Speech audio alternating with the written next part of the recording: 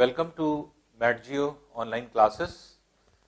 हम लोग ज्योग्राफी का इंट्रोडक्शन पढ़ रहे हैं और ये ज्योग्राफी के इंट्रोडक्शन में हम लोग 2 पार्ट कंप्लीट कर चुके हैं, जिसमें पहला पार्ट हम लोग ने लिया था वर्ल्ड हिस्ट्री से रिलेटेड, और उसमें हम लोगों ने पढ़ा था कि कैसे वर्ल्ड हिस्ट्री से ज्योग्राफी का संबंध था। तो हम लोग ने ये देखा कि ये रिलेशनशिप कैसे फॉर्म हुई कि यूफ्रेट्स नदी और टिग्रिस नदी के बीच में जो मेसोपोटामिया है, जो आज का इराक है, तो वो पूरा मेसोपोटामिया सिविलाइजेशन थी, जो कि सुमेरियन सिविलाइजेशन, बेबीलोनियन सिविलाइजेशन और असीरियन सिविलाइजेशन से मिलकर के कंप्लीट बनी, और उसी को मेसोपोटामिया जो है आपके सिविलाइजेशन कहा गया। उसमें जो डेवलपमेंट्स हुए वो डेवलपमेंट्स कैसे कैरी फॉरवर्ड हुए, ग्रीस कैसे गए, रोम कैसे गए।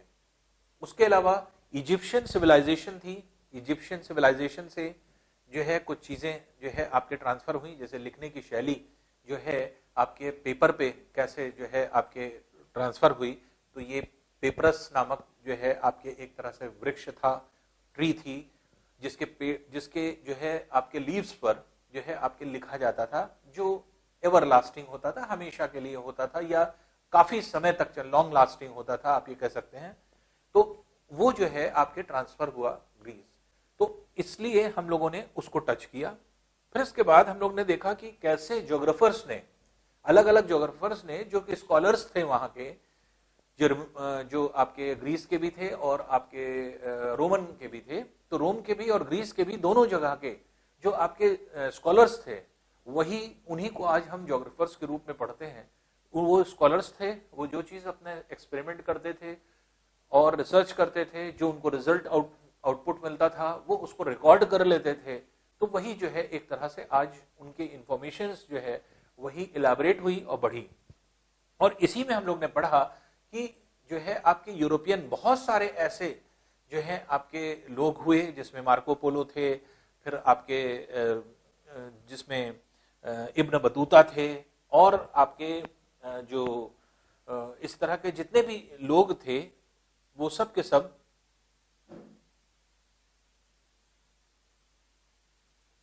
तो इब्न बतूता थे, और फिर मार्को पोलो थे, फिर क्रिस्टोफर कोलंबस की बात आई, मैगलन की बात आई। तो ये सब हम लोग ने पढ़ा कि कैसे जो है इन लोग बाहर की तरफ निकले। अमेरिको वासुपुस्सी थे, तो उन्होंने जो है आपके कैसे जो है वर्ल्ड को एक्सप्लोर किया, कैसे वर्ल्ड के बारे में पता चला। क्योंकि विश्व जो वर्ल्ड का मैप बनता था तो वो क्या था, वो सिर्फ बीच में भूमध्य सागर को दिखाया जाता था, मेडिटेरेनियन सी, ऊपर यूरोप को दिखाया जाता था, नीचे जो अफ्रीका था, अफ्रीका को अफ्रीका नाम नहीं लीबिया नाम दिया गया था, लीबिया था, और एक और एशिया का कुछ टुकड़ा, कुछ हिस्सा, क्योंकि एशिया में भी पूर्वी एशिया जो ईस्टर्न एशिया था वहां पर लोग नहीं रहते थे, तो इसलिए बहुत लिमिटेड जगह पर लोग रहते थे और बाकी जमीन के बारे में किसी को नहीं पता था। ना नॉर्थ अमेरिका, ना साउथ अमेरिका, ना ऑस्ट्रेलिया, ना न्यूजीलैंड, ना एंटार्क्टिका, इन सभी रीजन्स के बारे में किसी को नहीं पता था। इवन ग्रीनलैंड जो ऊपर है, यहां पर भी जो है आपके कोई भी हैबिटेट नहीं था और वहां पर एक तरह से मानव नहीं थे। लेकिन धीरे धीरे करके आपके इन सभी चीजों के बारे में पता चला। तो यहां तक हम लोग ने पढ़ रखा था सेकंड पार्ट में। अब हम लोग आ रहे हैं थर्ड पार्ट, जो कि बहुत इंटरेस्टिंग है कि ज्योग्राफी एक ऐसा सब्जेक्ट है, जैसे हमने आपको कहा, जो कि कंप्लीट साइंस है। ये कंप्लीट साइंस कैसे है? क्योंकि ज्योग्राफी ऐसा सब्जेक्ट नहीं है कि आप उसमें फैक्ट्स को रटें। यहां पर जैसे हर सब्जेक्ट के लिए आपको सजेस्ट किया जाता है कि जैसे मान लीजिए कोई कंपटीशन आप देने जा रहे हैं, एनसीईआरटी पढ़ लीजिए। एनसीईआरटी आप इसमें भी पढ़ें, 6 to 12 आप एनसीईआरटी पढ़ें, लेकिन उससे आपको सिर्फ फैक्ट्स मिलेंगे, बाकी कुछ नहीं मिलेगा। और सिविल सर्विसेज में जो एग्जामिनेशन में जो क्वेश्चंस आते हैं वो फैक्चुअल नहीं होते। अब तो किसी एग्जाम में लगभग फैक्चुअल नहीं होते। वनडे एग्जामिनेशन में थोड़े बहुत फैक्चुअल डेटा आते हैं, और नहीं तो आप देखेंगे अब तो प्रोविंशियल सर्विसेज जो होते हैं, जैसे पीसीएस वगैरह जो आपके होते हैं, तो उसमें जो है आप उसमें भी देखेंगे कि जो कॉन्सेप्चुअल क्वेश्चंस आने लगे हैं। और यूपीएससी जो पूछता है, जो आपके सिविल सर्विसेज का एग्जामिनेशन होता है, उसमें तो 100% कॉन्सेप्चुअल आता है, कुछ भी फैक्ट नहीं आता, एक क्वेश्चन भी फैक्ट का नहीं होता। तो आपको वो कॉन्सेप्चुअल क्वेश्चन एनसीईआरटी नहीं पकड़वा पाएगा जब तक आपकी वाइड नॉलेज नहीं होगी, जब तक आपने बोर्ड पर नहीं पढ़ा होगा। और अभी आप बोर्ड पर पढ़ेंगे, आप देखेंगे खुद ब खुद कि कैसे जो चीज आपको बोर्ड पर बताई जा रही है वो कभी किताब से नहीं पढ़ी जा सकती। इसलिए ज्योग्राफी एक ऐसा सब्जेक्ट है, आप हर सब्जेक्ट बुक से पढ़ सकते हैं, लेकिन ज्योग्राफी एक ऐसा सब्जेक्ट है जिसको आप कभी किताबों में नहीं पढ़ सकते, किताबों से नहीं जान सकते। कॉन्सेप्ट्स थोड़ा बहुत सोच सकते हैं, लेकिन आपको अगर टीचर पढ़ा देगा तो आपको कोई बहुत वाइड कॉन्सेप्ट मिल जाएगा और आपको एक सोचने का दायरा मिल जाएगा। मेरा सजेशन है सबसे कि ये वाला वीडियो कंप्लीट देखिएगा, जिससे आपका पूरा जो है आपके व्यू क्लियर हो जाए कि what is geography, how to study geography, कैसे हम ज्योग्राफी को पढ़ते हैं, ये सारी चीज आपको क्लियर हो जाएगी। और ज्योग्राफी कैसे पढ़ा जाता है, ये सारी चीज हम लोग इसमें क्लियर करते हैं। तो बेसिकली हम लोग को क्या करना है, हम लोगों को छोटी छोटी चीजें, हम क्या है कि हम छोटी छोटी चीजों को लेकर के हम आगे चल रहे हैं और बहुत बेसिक चीजों के बारे में हम लोग डिस्कस करेंगे। जैसे फॉर एग्जाम्पल मान लीजिए सभी लोग पढ़ते हैं, बहुत स्टार्टिंग से ही जो है आपके पढ़ाया जाता है और बहुत स्टार्टिंग से ही हम लोग इन चीजों के बारे में जानते हैं। जैसे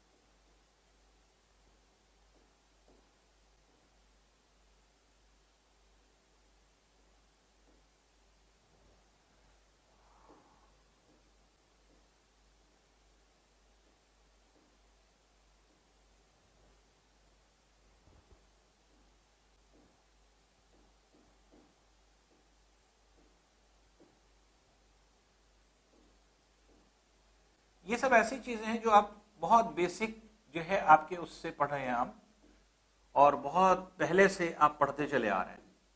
इन सभी चीजों के बारे में जैसे अगर हम लोग देखें तो सबसे पहली चीज आती है, जैसे आप इसके बारे में, ग्लोब है। ग्लोब क्या है? जो कि आपके एक मॉडल है जो रिप्रेजेंट करता है कि हमारा अर्थ कैसा है। ग्लोब पर ढेर सारी जो है आपके लैटिट्यूड्स और लॉन्गिट्यूड्स बनी हुई हैं। लैटिट्यूड्स लॉन्गिट्यूड्स होती क्या है, ये हम लोग का फर्स्ट चैप्टर होगा, आगे चल करके अभी हम लोग पढ़ेंगे। और जो है बहुत इंटरेस्टिंग चैप्टर भी है और बहुत जानकारी वाला चैप्टर भी है ये। इसमें से बहुत सारे ऐसे जो है आपके चीजें हैं जो आप शुरू से पढ़ते चले आए हैं, लेकिन इसका कॉन्सेप्ट क्या है और किस लिए है, ये जो है हम लोगों को देखना होता है। तो अब यहां पर क्या है कि जैसे अर्थ के बारे में अगर हम कहें तो इसके ऊपर कुछ काल्पनिक रेखाएं, इमेजिनरी लाइंस हैं। जैसे 0 डिग्री, अर्थ के बीचों बीच एक काल्पनिक रेखा, एक इमेजिनरी लाइन, जिसको हम लोग विषुवत रेखा या भूमध्य रेखा या इक्वेटर कहते हैं। तो ये इक्वेटर है जो 0 डिग्री जो है आपके बीच में होता है।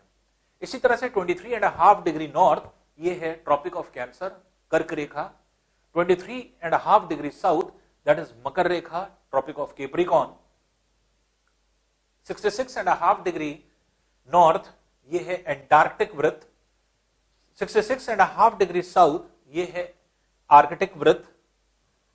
एंटार्क्टिक वृत्त ये 66.5 डिग्री साउथ, और ऊपर की तरफ जो है वो आर्कटिक वृत्त है जो कि आर्कटिक सर्कल।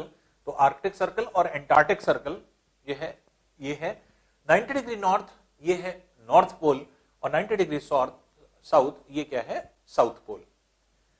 अब ये हम लोग चीजों को पढ़ते हैं, ये है क्या एक्चुअल, क्या हमने कभी इसको जाना है या किस तरह से हम लोग ने जानने की कभी कोशिश की है कि एक्चुअल में ये है क्या। तो अगर हम देखें पूरे वर्ल्ड में, अगर हम लोग देखें तो हर जगह पे, इंडिया ही नहीं बल्कि विश्व के हर जगह पे अगर हम लोग देखें तो हर कंट्री में जो है डाइवर्सिफिकेशन बहुत ज्यादा है। हर एक चीज एक जैसी नहीं है। इंडिया में ही आप देख लीजिए एग्जाम्पल के तौर पे, क्या साउथ इंडिया में जो चीजें मिलती हैं क्या वही चीज नॉर्थ इंडिया में मिलती हैं, या जो पेड़ पौधे नॉर्थ इंडिया में होते हैं वही क्या ईस्ट इंडिया के रीजन में भी होते हैं। वेस्टर्न इंडिया के रीजन में जो आपके एक तरह से फूड होता है वही फूड क्या साउथ में होता है। सब चीज डिफर करती है। तो ये तो एक कंट्री के अंदर की बात है, और जब हम कंट्री को चेंज करते हैं तब देखिए ये सारी चीजें चेंज करती जाती।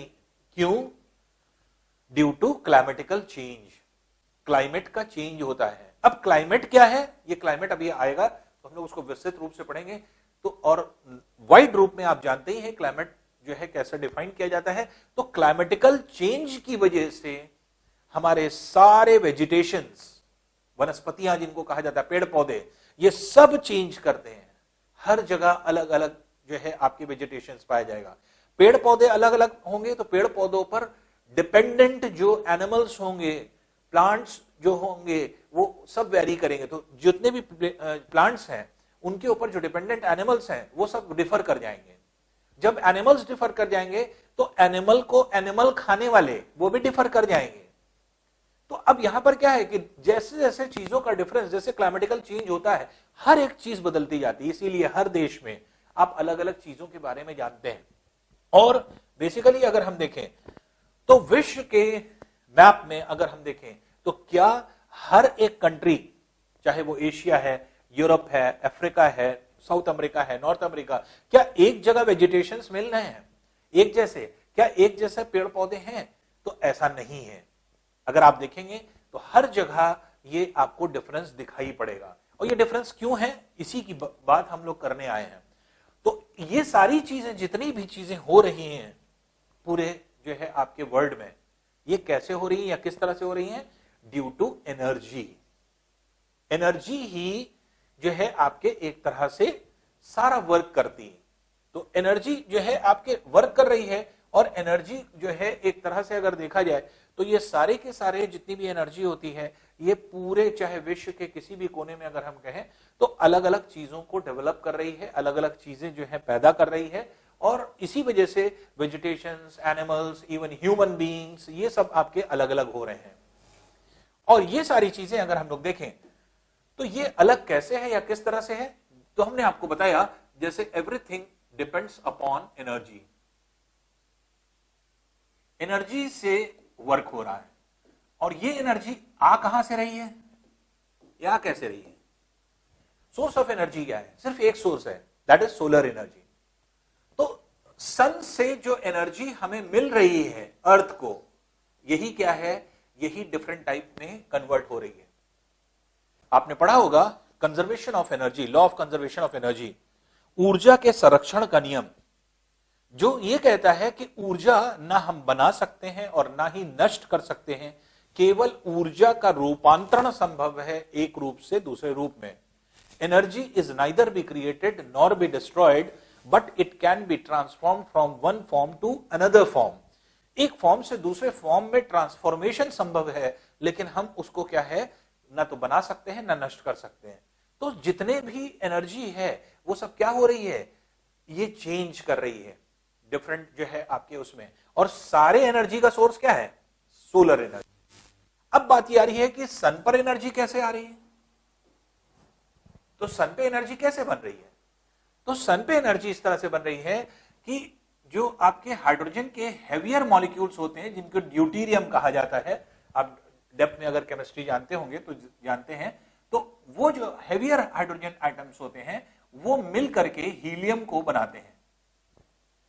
और दो ड्यूटेरियम के एटम्स को अगर हम कंबाइन करें तो हीलियम के एटम की कंपैरिजन में दो ड्यूटेरियम के एटम की जो मास होता है वो ज्यादा होता है। इसके मतलब कि यहां पर क्या है कि हम लोग कहते हैं जैसे नॉर्मल सी भाषा में कि ऊर्जा सूर्य पर कैसे बन रही है? ड्यू टू जो है आपके नाभिकीय संलयन, जिसको कहा जाता है न्यूक्लियर फ्यूजन। तो due to nuclear fusion energy बन रही है। और न्यूक्लियर फ्यूजन क्या है? न्यूक्लियस का आपस में मिलना। और यही जो है आपके एक तरह से ये एनर्जी का कारण होता है। और ये energy in the form of heat and light हमें मिलती है। अब बात आई नाभिकीय संलयन, ये क्या है? हमें पता है सारी चीजें प्रोटॉन, न्यूट्रॉन, इलेक्ट्रॉन से मिलकर के बनती हैं। इसके मतलब हर एक एटम में प्रोटॉन, न्यूट्रॉन, इलेक्ट्रॉन होता है। जहां पर प्रोटॉन और न्यूट्रॉन ज्यादा मात्रा में होता है उसी को हम क्या कहते हैं? न्यूक्लियस। और ऐसे अगर हम कहते हैं कि दो या दो से ज्यादा न्यूक्लियस अगर आपस में कंबाइन कर जाएं, फ्यूज कर जाएं, जैसे 2 किलोग्राम का एक पिंड, 2 किलोग्राम का एक पिंड अगर हम मिला दें दो बॉडीज हैं, 2 किलोग्राम 2 किलोग्राम, और 2 किलोग्राम का ये भी एक और हम मिला दें तो कितने किलोग्राम का पिंड बनेगा? 2 2 2 मिलकर के कितना बनना चाहिए? 6 किलोग्राम। लेकिन 6 किलोग्राम का नहीं बनता। क्यों नहीं बनता? लेस देन 6 किलोग्राम का बनता है। और फिजिक्स में आपने पढ़ा होगा मास डिफेक्ट। मास डिफेक्ट यही है। मास में डिफेक्ट क्या आ गया कि 2 + 2 + 2 बराबर 6 होना चाहिए था, लेकिन 6 नहीं होता, 6 से कम होता है। तो यही है मास डिफेक्ट। फिजिक्स में आपने पढ़ा होगा थ्योरी में। अब ये मास डिफेक्ट आया क्यों? 6 से कम कुछ भी मान सकते हैं, जैसे मान लीजिए 5.8 किलोग्राम बना। तो अगर 5.8 किलोग्राम बना तो इसके मतलब कि 0.2 किलोग्राम नष्ट हो गया, गायब हो गया। कहां चला गया? तो इस चीज को एक्सप्लेन किसने किया? आइंस्टीन ने। आइंस्टीन का फॉर्मूला जैसे अगर आप देखेंगे तो वो क्या है? E = mc²। उन्होंने एक फॉर्मूला दिया था और उन्होंने इस बात को एक्सप्लेन किया था कि जो एनर्जी होती है ये कैसे बनती है? Due to the destruction of mass. जितना मास जो है वो डिस्ट्रक्ट होगा उतना ज्यादा ऊर्जा बनेगी। 1 किलोग्राम कोयले को जलाइए, जितनी ऊर्जा मिलेगी उससे कहीं ज्यादा ऊर्जा 2 किलोग्राम देगा, उससे ज्यादा ऊर्जा 5 किलोग्राम देगा। तो अब यहां पर क्या है? मास जितना ज्यादा डिस्ट्रक्ट होगा उतनी ज्यादा एनर्जी मिलेगी। तो मास यहां पर क्या हो रहा है? ये लॉस हो रहा है मास का, और यही मास कन्वर्ट हो रहा है किसमें? एनर्जी में। तो यहां पर क्या है कि जो 2 ड्यूटेरियम के आइटम्स आपस में मिलते हैं, जो टोटल मास होना चाहिए उतना मास इसका नहीं होता, कम होता है। तो जो बचा हुआ मास है वो कहां चला जाता है? एनर्जी बनने में, और वही हीट और लाइट के फॉर्म में कन्वर्ट हो जाता है। और यही हीट और लाइट हमें सन से आती हुई दिखाई पड़ती है और हम उसकी हीट को महसूस करते हैं, लाइट को देखते हैं। तो नाभिकीय संलयन की प्रक्रिया क्या है? न्यूक्लियर फ्यूजन क्या है? न्यूक्लियर फ्यूजन यही है कि जब भी 2 या 2 से बड़े ज्यादा नाभिक आपस में मिलते हैं तो यहां पर मास का डिस्ट्रक्शन होता है, और जो मास डिस्ट्रक्ट होता है वो क्या होता है? आइंस्टीन के अकॉर्डिंग वही एनर्जी में कन्वर्ट हो जाता है। और वही प्रक्रिया सारे तारों में होती है, सारे स्टार्स में होती है। तो अभी आप जब यूनिवर्स पढ़ेंगे तो बहुत इंटरेस्टिंग टॉपिक, तो आप खुद ही सारी चीजों के बारे में जान जाएंगे। इंटरेस्टिंग जैसे स्टार हम क्यों कह रहे हैं, तो ये सब चीजें इतनी इंटरेस्टिंग है कि आपका मन जो है ये रहेगा कि क्लास कभी खत्म ही ना हो। अभी आप देखेंगे इस तरह के इंटरेस्टिंग फैक्ट्स और जो है आपके कॉन्सेप्ट्स आपको पता चलेंगे। तो अब यहां पर क्या है? अब ये चीज हमें क्लियर हो गई कि एनर्जी जितनी भी है वही वर्क कर रही है। एनर्जी कहां से आ रही है? सन से आ रही है, सोलर फॉर्म में। सोलर एनर्जी बन कैसे रही है? नाभिकीय जो है संलयन के कारण, न्यूक्लियर फ्यूजन के कारण नाभिकीय संलयन से ऊर्जा कैसे बन रही है? Due to the mass destruction. और due to the mass destruction energy कैसे बनेगी? वो आइंस्टीन ने अपने फॉर्मूले में जो है आपके बताया। तो E = mc²। इसके मतलब कि c² ये c कांस्टेंट वैल्यू होती है जो कि स्पीड ऑफ द लाइट होती है, और E is directly proportional to m। यही इनका आइंस्टीन का फॉर्मूला था। इसके मतलब अर्थ के सरफेस पर जितनी भी लाइट आ रही है वो क्या है? वो आपके सोलर लाइट है। अब ये रेखाएं कैसे बनी, क्यों बनी, क्या चीज डिनोट करती है? पढ़ डालिए, कहीं पर भी नहीं मिलेगा आपको। वजह क्या है? ये क्या है? ये कॉन्सेप्चुअल चीज है। कोई भी किताब लिखने वाला व्यक्ति कभी कॉन्सेप्ट्स नहीं लिखता है, फैक्ट्स लिखता है। अगर वो कॉन्सेप्ट लिखने लगे तो 500 पेज की किताब 5000 पेज की किताब बन जाएगी और कोई विद्यार्थी पढ़ेगा नहीं। इसीलिए कॉन्सेप्ट्स बुक में नहीं होते, बुक पढ़ करके कॉन्सेप्ट नहीं बनता। तो कॉन्सेप्ट्स ना होकर के फैक्ट बनता है। अगर आप दिमाग से कॉन्सेप्ट बना ले गए तो बन गया, नहीं बना ले गए तो नहीं बनेगा कभी। आप फैक्ट खाली याद करते रहेंगे। तो यही चीज है। ये सारी क्या चेन कहीं पर लिखा हुआ है, किसी किताब में दिखा दी या कहीं पर लिखा हुआ है? नहीं, ये आपको सोचना पड़ेगा। ये कॉन्सेप्ट जैसे हमने बनाया है अपने लिए, हमने किसी से नहीं पढ़ा, हमने ये सब कॉन्सेप्ट खुद का बनाया हुआ है। तो जब खुद से हमने पढ़ा, जब खुद से चीजों को जाना, वही चीज हम आपको बता रहे हैं। तो ऐसी कंडीशन में क्या है? ऐसी कंडीशन में आपका भी कॉन्सेप्ट बन रहा है उसी तरह से, जो कि आपको कहीं किताब में नहीं मिलेगा ये लिखा हुआ। लेकिन जब आपका ये कॉन्सेप्ट बन जाएगा तब देखिएगा कि क्वेश्चंस कैसे आपके आसानी से निकलते हैं। तो अब यहां पर क्या है, एक चीज क्लियर हो गई कि सूर्य से ऊर्जा आ रही है और वही सारा काम कर रही है। सूर्य पे बनने वाली ऊर्जा नाभिकीय संलयन के कारण बनती है। नाभिकीय संलयन में क्या होता है, डिस्ट्रक्शन होता है मास का डिस्ट्रक्शन की वजह से एनर्जी जो है बनती है, जो कि आइंस्टीन ने बताया, और उसी तरह से फिर जो है अब आपके हीट और लाइट का फॉर्मेशन होता है और वही पृथ्वी की सतह पर आती है। अब यहां तक हम लोग जो है आपके इन चीजों को पढ़ रहे हैं।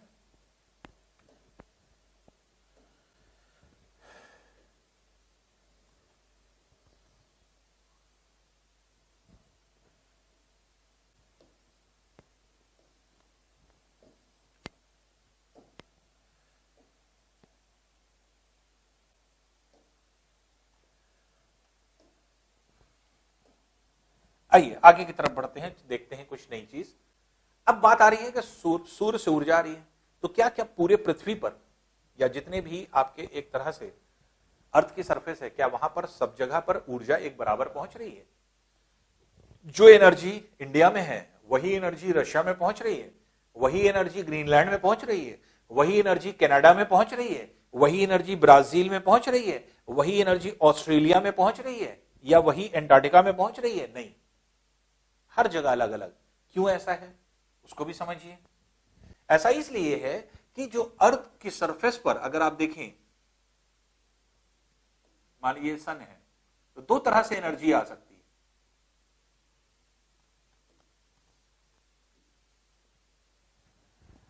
तो एक एनर्जी आती है परपेंडिकुलर, एक आती है इंक्लाइंड। अगर सन ये है तो परपेंडिकुलर रेज ये पड़ेंगी और तिरछी किरणें इंक्लाइंड रेज इधर जाएंगी। तो जब परपेंडिकुलर रेज आती हैं तो उतनी ही एनर्जी छोटे से क्षेत्र में बढ़ती है, छोटे से क्षेत्र को मिलती है, और उतनी ही एनर्जी इधर जब इंक्लाइंड रेज आती हैं तो बड़े से क्षेत्रफल को मिलती है। जैसे फॉर एग्जांपल समझने के लिए बहुत आसान है, देखिए मान लीजिए 100 कैलोरी ऊर्जा आ रही है, ये भी 100 कैलोरी है, ये जो रीजन है ये मान लीजिए 10 किलोमीटर स्क्वायर है, 10 वर्ग किलोमीटर, और ये है 100 वर्ग किलोमीटर। अब देखिए 10 वर्ग किलोमीटर में 10 किलोमीटर स्क्वायर में 100 कैलोरी अगर आ रही है तो 1 किलोमीटर स्क्वायर में कितनी आएगी? 10 कैलोरी। तो 10 कैलोरी पर किलोमीटर स्क्वायर, मतलब इतने क्षेत्रफल में इतनी ऊर्जा आ रही है, इतने एरिया में। जबकि यहां पर अगर आप देखेंगे कि 100 वर्ग किलोमीटर में 100 कैलोरी आ रही है तो 1 वर्ग किलोमीटर में 1 कैलोरी आएगी, तो 1 कैलोरी पर वर्ग किलोमीटर। तो यहां पे आप देख रहे हैं कि यहां पर 10 कैलोरी 1 किलोमीटर स्क्वायर में आ रही है, जबकि यहां पे 1 ही कैलोरी पहुंच पा रही है। यहां कम पहुंच पा रही है ना, यहां ज्यादा पहुंच पा रही है।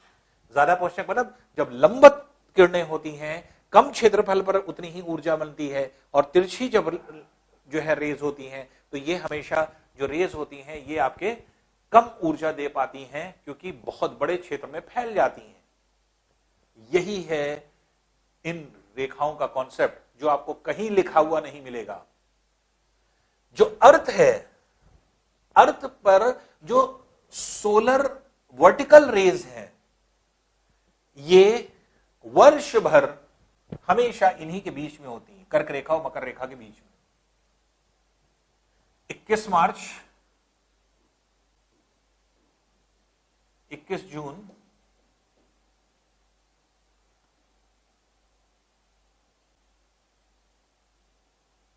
23 सितंबर,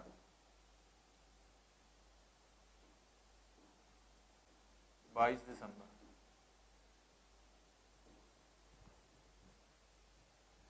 अब यहां पर क्या है, हमेशा वर्टिकल रेज इस तरह से मूव करती हैं। तो 21 मार्च से 21 जून, 21 जून से 23 सितंबर, 23 सितंबर से 22 दिसंबर, 22 दिसंबर से फिर 21 मार्च। ये जो है आपके एक तरह से सूर्य की लंबवत किरणों की सीमा रेखा है, ये कर्क रेखा। कर्क रेखा कभी भी इसके बाहर नहीं जाती। जैसे जो भी आपकी रेखा है, जैसे ये जा रहा है इक्वेटर 0, मकर रेखा यहां है, कर्क रेखा यहां है, तो इसका मतलब कि इसी के बीच में हमेशा सूर्य की लंबवत किरणें ऐसे निकलेंगी। इसके मतलब सन ऐसे निकलेगा, ऐसे जाएगा, सन ऐसे निकलेगा, ऐसे जाएगा। अगर कर्क रेखा यहां है तो कर्क रेखा के ऊपर तक जा सकता है, कभी सूर्य ऐसे नहीं निकलेगा, कर्क रेखा के ऊपर नहीं जाएगा। कभी मकर रेखा के नीचे, ट्रॉपिक ऑफ कैप्रिकॉर्न के नीचे नहीं जाएगा सूर्य, ऐसे नहीं निकलेगा, ऐसे नहीं जाएगा, वर्टिकल रेस छोड़ता हुआ। तो इसलिए जो आपका रीजन होता है, तो इस तरह से अगर आप देखें तो ये रीजन जो होते हैं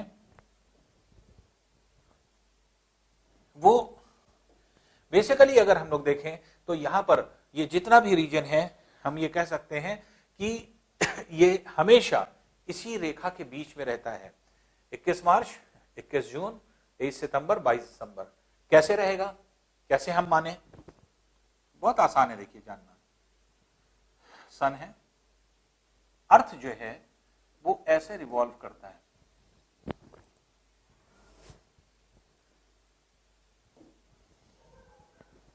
अर्थ कभी यहां होता है, अर्थ कभी यहां होता है, अर्थ कभी यहां होता है, इस तरह से रिवॉल्व करता है। 21 जून, 21 मार्च, फिर 21 जून, 21 मार्च, 21 जून, 23 सितंबर,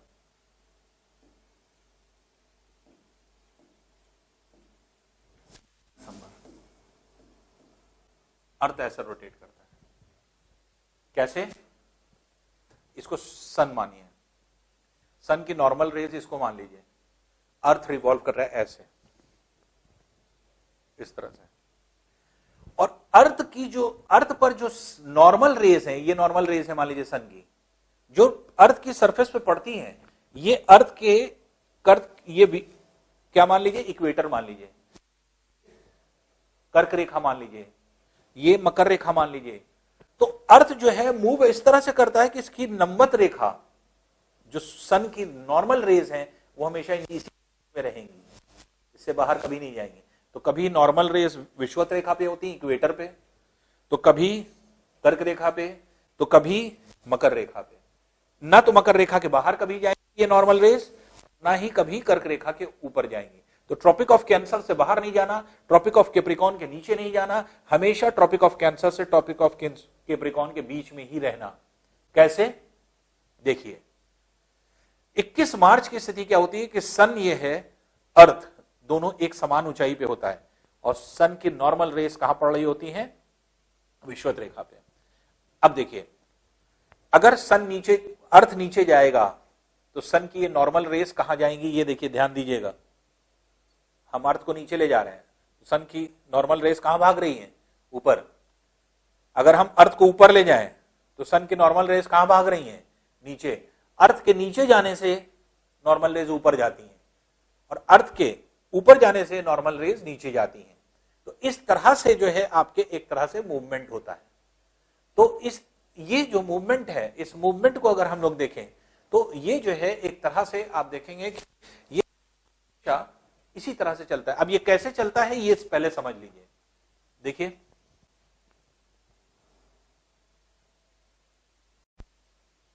अब देखिए, इसी तरह से अर्थ के जो है रेवोल्यूशन जो है, उस रेवोल्यूशन की वजह से जो है आपके क्या होता है, जो चेंजेस होते हैं क्लाइमेट में, या फिर आप ये कहें मौसम जो बदलते हैं, ऋतुएं बदलती हैं, तो वो कैसे बदलती हैं, ये सूर्य के जो आने वाली इंसुलेशन होती है, ये इंसुलेशन हर दिन हर समय बदलती रहती है। इसलिए हर दिन आने वाली जो एनर्जी है वो आपके चेंज करती है। तो यही चीज अब हम समझाने जा रहे हैं। ये डायग्राम बहुत ध्यान से समझिएगा। तो अब यहां पर क्या है, हमने जैसे आपको बताया कि सन की नॉर्मल रेज फिक्स है, अर्थ अगर नीचे मूव कराएंगे तो सन की नॉर्मल रेज ऊपर जा रही हैं, अर्थ को अगर हम ऊपर मूव कराएंगे सन की नॉर्मल रेज नीचे जा रही हैं। 21 मार्च को क्या होता है, 21 मार्च को सन और अर्थ एक ऊंचाई पे होते हैं। ये 3 महीने तक पृथ्वी नीचे चलती है, अर्थ नीचे आ रही है। जब नीचे आ रही है तो सन की जो नॉर्मल रेज है वो कहां भागेंगी, ऊपर की तरफ। क्यों? क्योंकि कहां जा रहा है अर्थ? नीचे। तो जब अर्थ नीचे जा रही है तो सूर्य की लंबवत किरणें, नॉर्मल रेज वो सन की, वो कहां जाएंगी? ऊपर की तरफ। और जब 3 महीने तक लगातार 21 मार्च के बाद 21 जून को सबसे नीचे आ जाता है अर्थ, सबसे नीचे आ जाता है अर्थ, उस समय सबसे ऊपर पहुंच जाती हैं कर्क रेखा पर सूर्य की लंबवत किरणें। इसका मतलब अब यहां पर सूर्य की लंबवत किरणें हैं, ये सूर्य की लंबवत किरणें अब यहां पहुंच गई। तो यहां था, ये यहां पहुंच गई, इसका मतलब कर्क रेखा पे। तो 21 मार्च को यहां थी सूर्य की लंबवत किरणें इक्वेटर पे, और अब ये कहां पहुंच गई? कर्क रेखा पे। अब 3 महीने जितना पृथ्वी नीचे चली है, 3 महीने फिर ऊपर की ओर चलती है, और जब 3 महीने फिर ऊपर की ओर चलती है तो अब ऊपर चलेगी तो सूर्य की लंबवत किरण कहां भागेगी? नीचे। सूर्य की लंबवत किरण नीचे भागने लगी। 23 सितंबर को सूर्य की नॉर्मल रेज जो होती हैं, जो वर्टिकल रेज होती हैं, वो फिर से कहां पहुंच जाती हैं? विषुवत रेखा पे। 21 मार्च की जो कंडीशन थी वही 23 सितंबर की आ गई, जो 21 मार्च की थी वही 23 सितंबर की आ गई। तो 21 मार्च से चल करके अर्थ गया, अब 23 सितंबर को यहां पहुंच गया। तो जब 21 मार्च को अर्थ नीचे जा रहा था तो नॉर्मल रेज ऊपर भाग रही थी, और जब अर्थ ऊपर की तरफ आ रहा है तो नॉर्मल रेज नीचे जा रही है 23 सितंबर को, और 23 सितंबर को सूर्य की लंबवत किरणें यहां पहुंच गई। अब अर्थ अपनी मैक्सिमम हाइट को गेन करने के लिए ऊपर चलेगा, मैक्सिमम हाइट गेन करने के लिए ऊपर चलेगा, और जब मैक्सिमम हाइट गेन करने के लिए ऊपर की ओर चलेगा तो अर्थ जैसे जैसे ऊपर जा रहा है सूर्य की लंबवत किरण और नीचे चलेंगी, यहां से और नीचे आएंगी, और जब सबसे ज्यादा ऊंचाई पर यह पहुंच जाएगा अर्थ, जो कि 22 दिसंबर को होता है, उस टाइम 22 दिसंबर को नॉर्मल रेस कहां पड़ने लगेंगी? मकर रेखा पे, ट्रॉपिक ऑफ कैप्रिकॉर्न पे सन की रेस यहां आ गई। तो 21 मार्च को ये, 21 जून को कर्क रेखा पर, फिर ये ऊपर उठी पृथ्वी, 23 सितंबर को फिर से विषुवत रेखा पर, 22 दिसंबर को फिर से मकर रेखा पर, और फिर इसके बाद फिर से वापस आए तो 21 मार्च को फिर से विषुवत रेखा पर। इसी तरह से पूरे साल अर्थ रोटेट करता है, और जिसकी वजह से सन की नॉर्मल रेस जो है वो हमेशा इसी के बीच में चलती है। अब सन की नॉर्मल रेस जहां होंगी वहीं पर क्या होगा? वहीं पर आपके गर्म क्षेत्र होगा। तो गर्म क्षेत्र होगा, या फिर आप कहेंगे कि वहां पर टेम्परेचर ज्यादा होगा। ये क्षेत्र ऐसा क्षेत्र हो जाता है जहां पे टेम्परेचर ज्यादा है। तो ये क्या, ये जो है आपके ऐसा क्षेत्र बना जिसको, क्योंकि ये ट्रॉपिक ऑफ कैंसर और ट्रॉपिक ऑफ कैप्रिकॉर्न के बीच में है, दोनों ट्रॉपिक्स के बीच में है, इसलिए इस रीजन को क्या कहा जाता है? Tropical region. तो ये क्या हो गया? ये हो गया ट्रॉपिकल रीजन। ट्रॉपिकल रीजन, जिसको हिंदी में क्या कहते हैं? उष्ण कटिबंधीय क्षेत्र। उष्ण मतलब क्या होता है? गर्म। कटिबंध मतलब क्षेत्र, अर्थात गर्म क्षेत्र। तो उष्ण कटिबंधीय क्षेत्र, तो उष्ण कटिबंधीय क्षेत्र कौन से क्षेत्र हैं? जो कर्क रेखा और मकर रेखा के बीच में हमेशा रहते हैं, इनको उष्ण कटिबंधीय क्षेत्र या ट्रॉपिकल रीजन्स के नाम से जाना जाता है। तो ट्रॉपिकल रीजन कैसे बन रहा है? सन की नॉर्मल रेस की वजह से, और नॉर्मल रेस कहां तक पहुंच रही है? कर्क रेखा और मकर रेखा तक।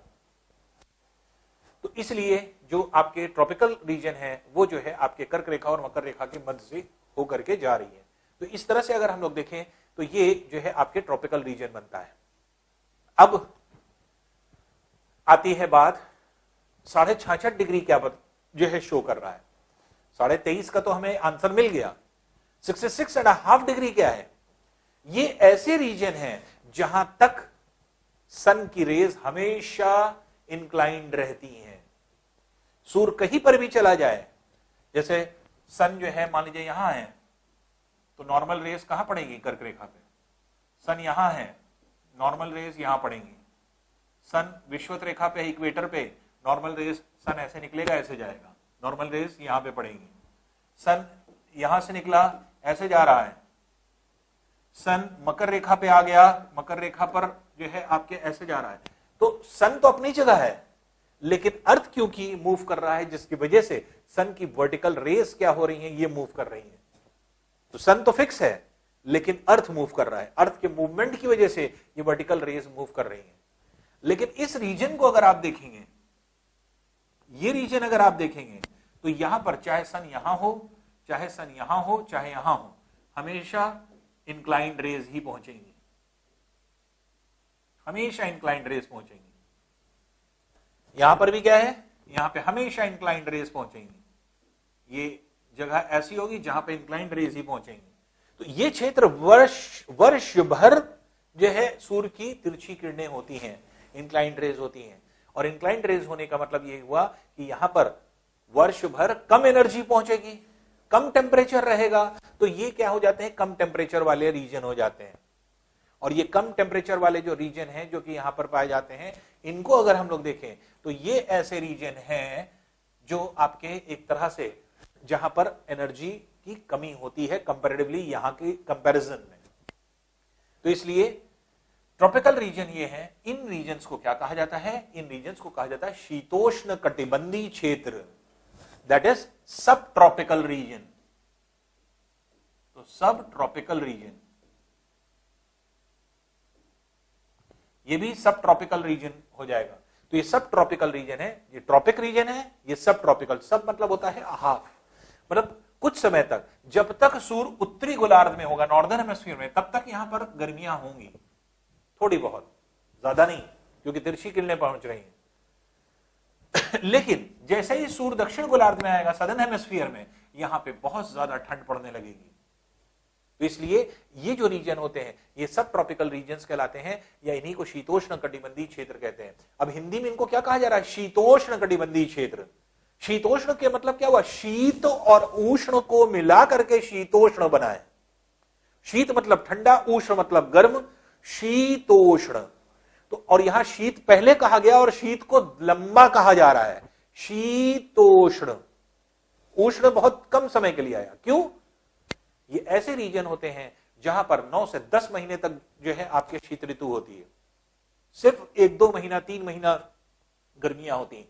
तो शीत ऋतु लंबी होती है, ग्रीष्म ऋतु कम होती है।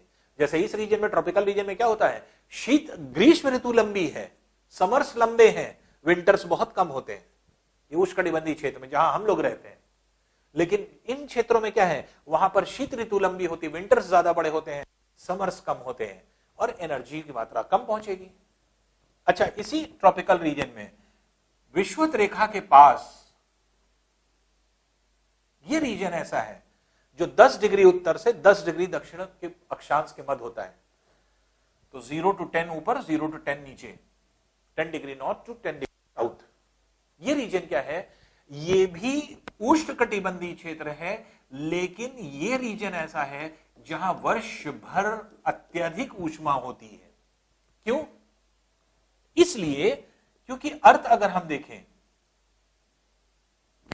और सन को देखें तो सन और अर्थ में बहुत अधिक दूरी है। जो अर्थ है वो सन से ऑन एन एवरेज अभी बता रहे हैं, औसत बता रहे हैं, 14 करोड़ 96 लाख किलोमीटर दूर है। 14 करोड़ 96 लाख किलोमीटर दूर है अर्थ सरफेस से सन। और इतनी अधिक दूरी होने पर जब सूर्य की लंबवत किरणें कभी विषुवत रेखा पर हो या कर्क रेखा पर हो या मकर रेखा पर हो, तो ये जो रीजन है, ये क्योंकि इतना बड़ा रीजन है, इसलिए कभी अगर कर्क रेखा पर भी होती हैं तो लगभग लंबवत यहां पहुंचती रहती है, नॉर्मल रेज लगभग पहुंचती रहती है, अप्रोक्सीमेट, क्योंकि ये रीजन बहुत बड़ा है।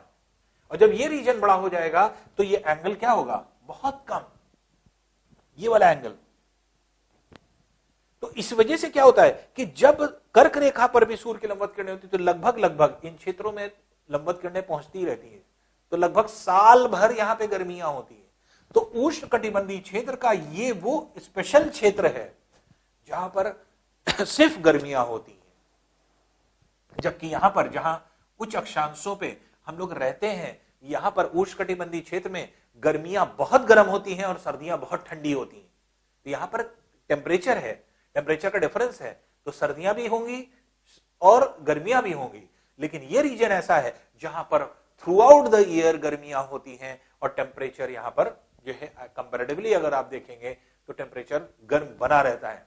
इसलिए इस रीजन को, इस पर्टिकुलर रीजन को, तो उष्णकटिबंधीय क्षेत्र का ही ये पर्टिकुलर रीजन है, इस पर्टिकुलर रीजन को विषुवत रेखीय क्षेत्र, इक्वेटोरियल रीजन कहा जाता है क्योंकि इक्वेटर के पास है, इसलिए इसको इक्वेटोरियल रीजन के नाम से जाना जाता है या विषुवत रेखीय क्षेत्र के नाम से जाना जाता है। ये विषुवत रेखीय क्षेत्र, इक्वेटोरियल रीजन, जो ट्रॉपिकल रीजन्स के बीच में आता है, या आप ये कह सकते हैं ट्रॉपिकल रीजन का ही पार्ट है वो, ये भी ट्रॉपिकल रीजन है। ट्रॉपिकल रीजन का वो रीजन जहां पे वर्ष भर गर्मियां होती हैं या सूर्य का लगभग लंबवत प्रकाश पहुंचता है, नॉर्मल रेज, तो ऐसे रीजन को क्या कहते हैं आपके इक्वेटोरियल रीजन। अब बात आती है, ये जो लाइन है ये क्या है, यहां पर सूर्य की तिरछी किरणें पहुंच रही हैं यहां तक। इसके बाद क्या होता है 66.5 से 90 तक, 66.5 से 90 तक इन रीजन्स में साल भर गर्मियां नहीं पहुंचती, साल भर जो है आपके एक तरह से सूर्य की किरणें नहीं पहुंचती, सिर्फ 6 महीना यहां पे सूर्य की किरणें पहुंचती हैं और 6 महीना यहां पे पहुंचती है। कैसे? ये ऐसे क्षेत्र होते हैं जहां एक साल में एक दिन और एक रात होती है। फिर समझिएगा, यहां पर एक साल में एक दिन और एक रात होती है बस। जैसे हम लोगों के यहां क्या है, 365 दिन 365 रात, क्योंकि 365 टोटल डेज होते हैं, तो टोटल डेज में नाइट और डे क्या होगा, तो 365 दिन तो 365 रात होती है एक साल में। यहां पर एक साल में एक दिन होता है और एक रात होती है। कैसे? ये जो रीजन है यहां पर जब सूर्य उग जाता है, या आप ये कह सकते हैं कि सूर्य दिखने लगता है, तो 6 महीने लगातार दिखता रहता है, सूर्य डूबता ही नहीं है, सनसेट होता ही नहीं है। सनराइज हो गया तो 6 महीने तक लगातार सूर्य दिखाई पड़ता रहेगा, वो सनसेट होगा ही नहीं, रात होगी ही नहीं, हमेशा दिन बना रहेगा 6 महीने लगातार। ये ऐसे रीजन होते हैं। कैसे ऐसा होता है? 6 महीने का दिन 6 महीने की रात, ये 6 महीने का दिन और 6 महीने की रात होती है। कैसे जाने? देखिए एक एग्जाम्पल ऐसे दिखा देते हैं आपको, ऐसे ज्यादा समझ में आएगा। ये मान लीजिए ये नॉर्थ पोल है, ये साउथ पोल है। अर्थ इस सन के चारों तरफ ऐसा रिवॉल्व कर रहा है, ऐसा रिवॉल्व कर रहा है। तो अब रिवॉल्यूशन में क्या होता है कि जब ये सन ऐसे जाता है तो इस हाफ पीरियड तक यहां प्रकाश पड़ेगा, लेकिन यहां नहीं मिलेगा, नीचे इस हाफ, और अगले हाफ में यहां पर सन की रेस पहुंचेगी, लेकिन यहां नहीं पहुंचेगी। हाफ टाइम तक यहां रेस पहुंच रही है, यहां नहीं पहुंच रही है, और हाफ टाइम तक यहां रेस पहुंच रही है, यहां नहीं पहुंच रही। कब ऐसा होगा? 21 मार्च से 23 सितंबर तक जब सूर्य उत्तरी गोलार्ध में होगा, तब तक यहां दिन होगा और यहां रात होगी। और 23 सितंबर से लेकर के 21 मार्च तक यहां दिन हो जाएगा और यहां रात हो जाएगी। ऐसा होता है। तो 21 मार्च से 23 सितंबर तक उत्तरी गोलार्ध में दिन होता है, दक्षिण गोलार्ध में उस समय रात होती है 6 महीने की। 23 सितंबर से 21 मार्च तक जब सूर्य दक्षिण गोलार्ध में होता है, सदर्न हेमिस्फीयर में होता है, यहां पर 6 महीने का दिन, यहां 6 महीने की रात हो जाती है। अब देखिए जो रीजन है, इस रीजन को अगर हम कहें,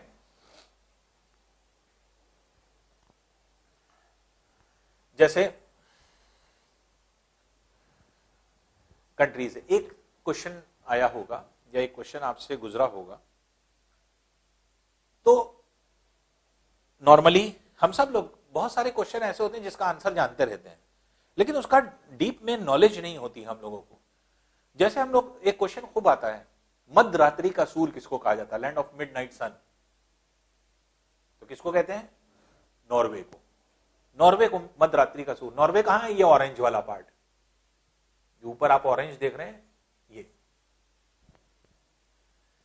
अब इसको मध्य रात्रि का सूर्य कह रहे हैं, जबकि इसके बगल में स्वीडन है, फिनलैंड है, रशिया भी है, इसके ऊपर है रशिया, इसके ऊपर ग्रीनलैंड भी है, इसी रीजन में आप चलते चले कनाडा भी है। तो हम इन देशों को क्यों नहीं कह रहे हैं मध्य रात्रि का सूर्य? अब जैसे आदमी कहता है कि यहां पे ये जो नॉर्वे है, इस नॉर्वे में 6 महीने का दिन और 6 महीने की रात हो जाती है। तो 6 महीने का दिन 6 महीने की रात अगर यहां हो रही तो यहां भी होगी, यहां भी होगी, यहां भी होगी, यहां भी होगी, यहां भी होगी। हर जगह लोग रह रहे हैं, हर जगह को कहना चाहिए मध्यरात्रि का सूर्य।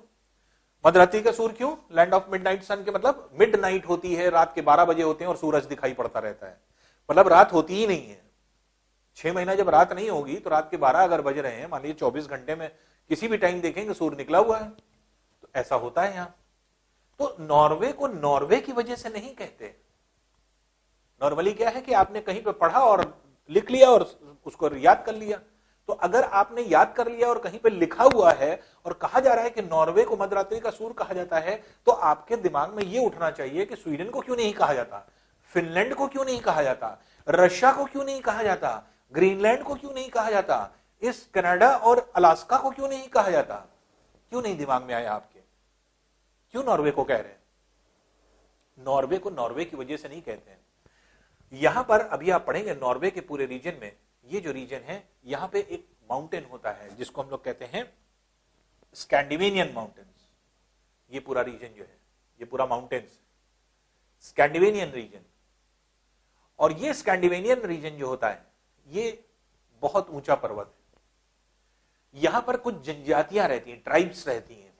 अब देखिए मध्यरात्रि का सूर्य, अब रात में सूर्य निकला हुआ है वही देख पाएगा जहां लोग रहेंगे ना।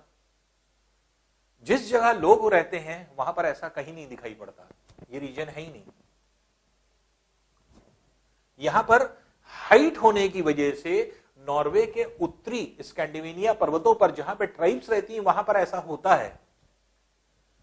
तो दिन जब हो जाता है तब तो ये ऊपर ही रहते हैं, रात हो जाती है तो ये नीचे चले आते हैं घाटियों में और फिर नीचे अपना बसेरा बजा लेते हैं। तो 6 महीना ऊपर रहते हैं, 6 महीना नीचे रहते हैं। यहां के ट्राइब्स देखते हैं, लेकिन उनके वजह से भी मध्यरात्रि का सूर्य नहीं कहते, क्योंकि नॉर्वे में तो आम जो है जैसे हम लोगों के यहां दिन रात होती है वैसे ही वहां भी होती है। तो नॉर्वे को क्यों कहा जाता है? ये जो आप ऑरेंज वाला पार्ट देख रहे हैं ये नॉर्वे का ही आइलैंड है। जैसे इंडिया है, इंडिया का आइलैंड, जैसे मान लीजिए कि अंडमान निकोबार है, लक्षद्वीप है, तो अंडमान निकोबार और लक्षद्वीप क्या है? इंडिया का पार्ट है, इंडिया है। उसी तरह नॉर्वे का ये आइलैंड है। इस आइलैंड का नाम क्या है? इसको कहते हैं स्वालबार्ड। ये स्वालबार्ड आइलैंड है। इस रीजन में अगर आप देखेंगे जहां स्वालबार्ड है वहां पर किसी भी कंट्री में कोई रिहायशी क्षेत्र नहीं है। न रशिया में कोई रहता है, न ग्रीनलैंड के ऊपरी भागों में कोई रहता है, न कनाडा के ऊपरी भाग में रहता है, न अलास्का के, कोई नहीं रहता। एक्सपीरियंस क्या करेगा? लेकिन स्वालबार्ड पर लोग रहते हैं। स्वालबार्ड पर कैसे रहते हैं? स्वालबार्ड पर भी क्या है, क्योंकि स्वालबार्ड पर बना हुआ है नॉर्थ पोल के रिसर्च का स्टेशन। नॉर्थ पोल जबकि कनाडा में है, क्वीन एलिजाबेथ द्वीप है, क्वीन एलिजाबेथ आइलैंड, उसके पास जो है आपके नॉर्थ पोल है। लेकिन नॉर्थ पोल में जितनी रिसर्च होती है वो सब के सब स्वालबार्ड में होती है। तो इसलिए जब जो आपके साइंटिस्ट होते हैं जब उनको रिसर्च में जाना होता है तो जब यहां दिन हो जाता है तब चले जाते हैं। कब जाएंगे? किस टाइम जाएंगे? 21 मार्च से 23 सितंबर तक। तो उत्तरी ध्रुव का जो शोध होता है, रिसर्च होता है, वो 21 मार्च से 23 सितंबर तक। वर्ल्ड के जितने स्टेशन हैं, सारे देशों के स्टेशन स्वालबार्ड में बने हैं। इंडिया का भी स्टेशन बना है। इंडिया के उस स्टेशन का नाम है हिमाद्री। हिमाद्री स्टेशन के नाम से बना हुआ है स्वालबार्ड में। इंडिया के जो साइंटिस्ट होते हैं वो नॉर्थ पोल पर रिसर्च करने जाते हैं, उनकी पूरी टीम जाती है, वहां पर जाएगी, 21 मार्च के बाद जाएगी, 23 सितंबर से पहले लौट आएगी, अंधेरा होने से पहले। और 21 मार्च से 23 सितंबर तक जब तक उन लोग रहते हैं पूरे वक्त सूर्य दिखाई पड़ता रहता है, दिन हो रात हो कुछ भी। इसके मतलब 6 महीने तक पूरी तरह से दिन बना रहता है और 6 महीने उस समय तक रात रहती है। और जब सूर्य दक्षिण गोलार्ध में आता है सदर्न हेमिस्फीयर में, तो 23 सितंबर से 21 मार्च तक यहां दिन हो जाता है, यहां पर रात हो जाती है। तो ये 6 महीने का दिन, 6 महीने की रात। और जब सूर्य उत्तरी गोलार्ध में है, नॉर्दर्न हेमिस्फीयर में, तब अत्यंत तिरछा प्रकाश पहुंच रहा है, बहुत तिरछा प्रकाश पहुंच रहा है। और जब बहुत तिरछा प्रकाश पहुंच रहा है तो ऐसी कंडीशन में क्या होगा? बहुत कम एनर्जी पहुंच रही है। इसलिए ये रीजन्स जो होते हैं, ये रीजन्स क्या होते हैं? इन रीजन को क्या कहा जाता है? ध्रुवीय क्षेत्र, पोलर रीजन। पोल्स के चारों तरफ है तो इसलिए ध्रुवीय क्षेत्र। ये क्या है? ये है आपके ध्रुवीय क्षेत्र, दक्षिण ध्रुवीय क्षेत्र, उत्तरी ध्रुवीय क्षेत्र, नॉर्थ पोल रीजन और साउथ पोल रीजन। ये पूरा क्षेत्र होता है जो कि आपके ध्रुवीय क्षेत्र के रूप में जाना जाता है, पोलर रीजन के नाम से जाना जाता है। ये रेखा आर्कटिक वृत्त क्यों कहलाई, इसको एंटार्क्टिक वृत्त क्यों कहा? इसलिए क्योंकि जो आपकी रेखा है, जो आपकी आर्कटिक वृत्त जाती है, वो ये जाती है 66.5 डिग्री। और 66.5 डिग्री जो रेखा जा रही है 66.5 डिग्री की, वो क्या है, उसके भीतर ही आर्कटिक ओशन आता है। ये पूरा आर्कटिक ओशन है और 66.5 डिग्री रेखा आर्कटिक ओशन को चारों तरफ से बंद किए है, चारों तरफ से बंद है आर्कटिक ओशन। इसी तरह से 66.5 डिग्री की रेखा चारों तरफ से बंद किए हुए है एंटार्क्टिका को। जो नीचे एंटार्क्टिका है वो चारों तरफ से बंद है उस रेखा की वजह से। इसीलिए 66.5 डिग्री उत्तर अक्षांश जो होता है इसे कहा जाता है आर्कटिक वृत्त, आर्कटिक सर्कल। क्यों? क्योंकि इसी सर्कल के बीच में पूरे में जो ओशन है वो आर्कटिक ओशन है, और इसी सर्कल्स के बीच में जो आपके महाद्वीप है, कॉन्टिनेंट है, जो कि बर्फ से ढका हुआ है, एंटार्क्टिका कहा जाता है। इसलिए एंटार्क्टिक वृत्त एंटार्क्टिका की वजह से, एंटार्क्टिक सर्कल, और आर्कटिक ओशन की वजह से आर्कटिक वृत्त के नाम से, आर्कटिक सर्कल के नाम से जाना जाता है इसे। अब देखिए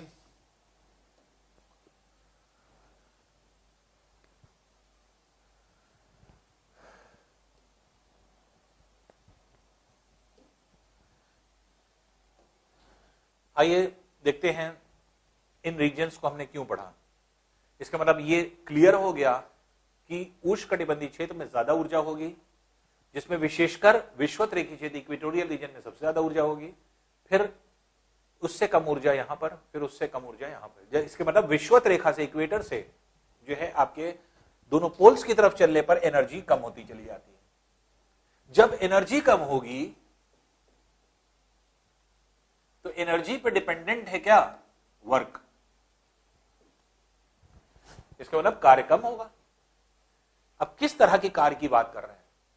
जितने कार्य हैं वो सब, जैसे फॉर एग्जाम्पल मान लीजिए हम स्टार्ट करते हैं वनस्पतियों से, प्लांट्स से। जैसे नॉर्मल सी भाषा में हम लोग क्या कहते हैं, पेड़ पौधे स्वयं का भोजन बनाते हैं, खुद की एनर्जी कंटेन करते हैं, खुद की एनर्जी खुद की जो है आपके फूड प्रिपेयर करते हैं। फूड प्रिपेयर कैसे करते हैं? ये करते हैं फोटोसिंथेसिस। कैसे? जो कार्बन डाइऑक्साइड है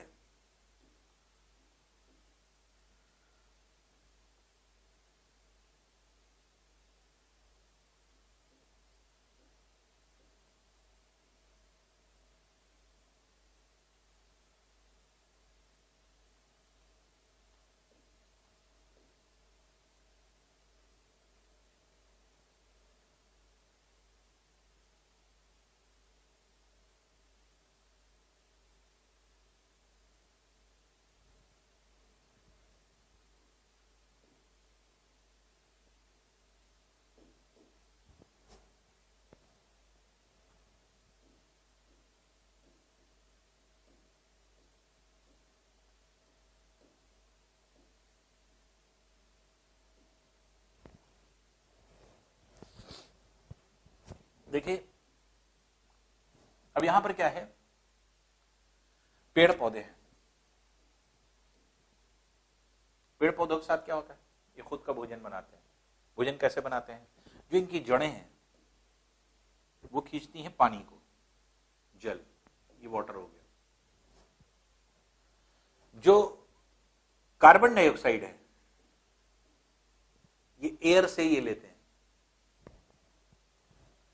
सनलाइट इनको जरूरत होती है, ये सूर्य से मिलती है। और क्लोरोफिल, जो पत्तियों का हरा रंग होता है, ग्रीन पिगमेंट, उसे क्लोरोफिल कहते हैं। ये चार चीजें मिक्स होकर के water, carbon dioxide, sun rays and chlorophyll जो ग्रीन पिगमेंट है, ये मिल करके ग्लूकोज का निर्माण करता है। यही इनका भोजन होता है। और ग्लूकोज जब बनता है और ऑक्सीजन लिबरेट होता है, इसलिए ऑक्सीजन बाहर की तरफ निकलता है जो हम लोगों को मिलता है। तो ग्लूकोज जो बना यही इनका फूड है। तो इसका मतलब क्या हुआ कि जितना ज्यादा भोजन ये बना लेंगे उतना ज्यादा ये बड़े होंगे, जितना खाएंगे उतना तेज बढ़ेंगे, तो जितना भोजन बनाएंगे उतना खाएंगे, उतना जो है तेज बढ़ेंगे। तो ये चीज लागू होता है पेड़ पौधों के साथ, हर जगह लागू नहीं होगा। अब मानव में नहीं लागू होता। जैसे हम लोग क्या है, हम लोग नॉर्मली क्या है कि जैसे कोई बहुत मोटा आदमी जा रहा है सपोज कर लीजिए, तो हम लोग नॉर्मली क्या करते हैं, बहुत मोटा आदमी जा रहा है, किस चक्की का आटा खाते हो, लोग ऐसे पूछते हैं ना, तो किस चक्की का आटा खाते हो, इसके मतलब क्या हुआ, बहुत खाता है शायद। ऐसा नहीं, ह्यूमन बींग्स में इतना जो है आपके वेरिएशन देखने को मिलता है कि बहुत मोटा आदमी है, हो सकता है 2-3 रोटी भी नहीं खा पाता हो, 2-3 रोटी खाते खाते पसीना छोड़ देता है, नहीं खा पाता। और बहुत दुबला पतला आदमी है, 15, 17, 18 रोटी खा नहीं चलता, कहां गया। तो ह्यूमन बींग्स में ये नहीं है, लेकिन पेड़ पौधों के साथ है। पेड़ पौधे जितना ज्यादा भोजन बनाएंगे उतना ज्यादा उनका विकास होगा। अब देखिए, जो कार्बन डाइऑक्साइड है ये पूरी पृथ्वी पर एक समान है। क्यों? क्योंकि हर जगह मिल रहा है, हर जगह उपलब्ध है, वायुमंडल से, एटमॉस्फेयर से ले लेंगे। जो क्लोरोफिल है ये हर जगह है, ग्रीन पिगमेंट, लेकिन क्या जल और सूर्य का प्रकाश है हर जगह बराबर? नहीं। तो सूर्य का प्रकाश कहां ज्यादा है? यहां।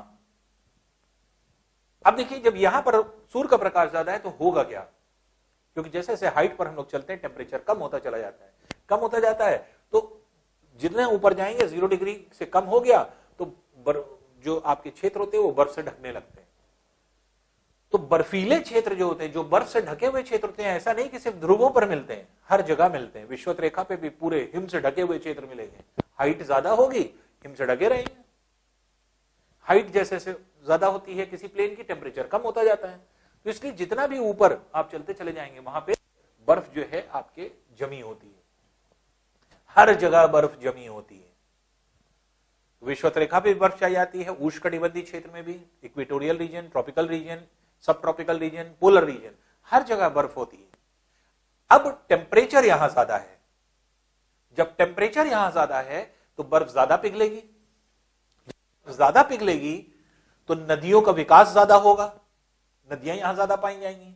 जब नदियां बहेंगी तो जल उपलब्ध रहेगा, वाटर जो है आपके अवेलेबल है, वाटर है। और टेम्परेचर की वजह से क्या होता है, इवेपोरेशन, इवेपोरेशन से जलवाष्प से बादलों का निर्माण, इसलिए यहां पर टेम्परेचर ज्यादा, बर्फ ज्यादा पिघली, नदियां ज्यादा बनी, जल की उपलब्धता ज्यादा हुई, जल का वाष्पीकरण हुआ, इवेपोरेशन हुआ, बादलों का निर्माण हुआ, और बादलों का निर्माण होने की वजह से बारिश ज्यादा हुई। इसलिए लैटिट्यूडनल बहुत चीजों पर डिपेंड करती है, लेकिन एक प्राइम चीज होती है लैटिट्यूड। विषुवत रेखा से जैसे जैसे आप ध्रुव की ओर चलेंगे बरसात कम होती चली जाएगी।